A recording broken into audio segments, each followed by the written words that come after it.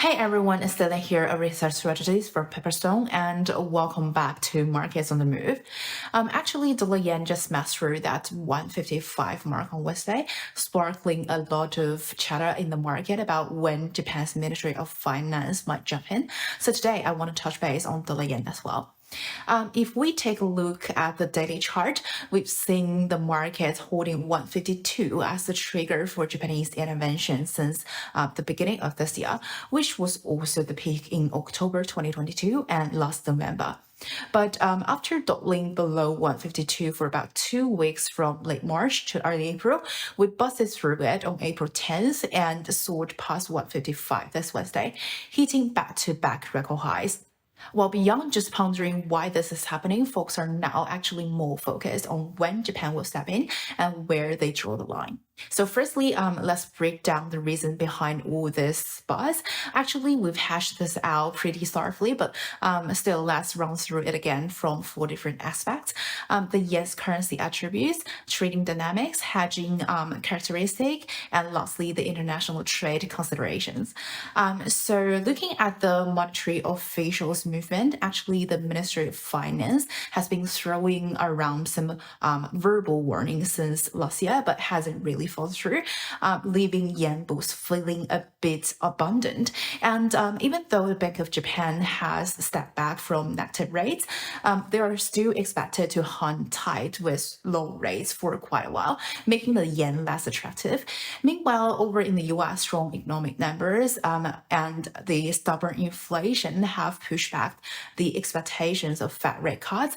That has pumped up the US Treasury yield, widened the US-Japan rate gap, and fueled arbitrage trading, making holding onto yen quite pricey too.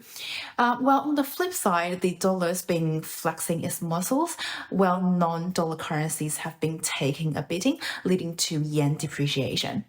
And at the same time, from a hedging perspective, with tensions easing in the Middle East, the yen's loss of its, safe haven demand. Plus, with global commodity prices sky high, Japan's trade deficit is widening, reducing yen's demand for trade settlements and keeping its upward momentum.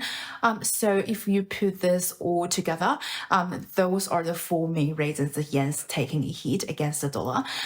But now that we are here, the burning question is when Japan will make its move and how they will do it. So now here's a little backstory here.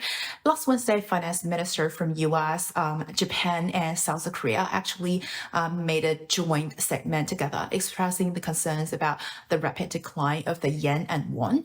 So reading between these lines, it actually sounds like Japan's intervention might get the nod from Washington, or at least a green light, which is a big deal.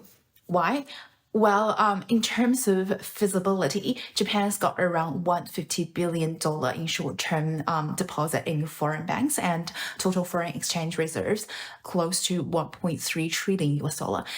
That's plenty of firepower for intervention without having to unload their US Treasury to prop up the weak yen. But as we discussed before, the dollar's riding high right now, so forcefully trying to control the exchange rate is like trying to stop a freight train with a stick. And if Japan were to unloading their US Treasury, it could backfire, pushing the US Treasury yield up, widening the US Japan interest rate gap even further, and putting a squeeze on the yen.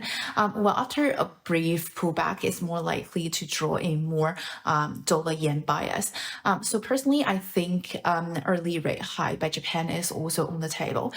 Even though recent economic data shows the Tokyo inflation has slowed significantly to 1.6% thanks to the impact of the education subsidies. Meanwhile, food inflation is still cooling off, and there's no clear spike in energy prices yet, indicating the yen's weakness hasn't had a major impact on prices through the increased import. But anyways, I think the imported inflation is still something we need to keep an eye on. So this morning, actually comments from Japanese officials on the possibility to forex intervention were a bit vague. The finance minister said the idea of government buying ETFs from held by the Bank of Japan could cause issues, and Japan will work closely with relevant agencies in other countries on forex matters. Obviously, this comment don't really pack a punch and are missing some buzzwords. When we start hearing about a rate check, we know they're getting ready to intervene for real, and we can expect some serious exchange rate fluctuations by then. So the question now is, when might we see that rate check keyword?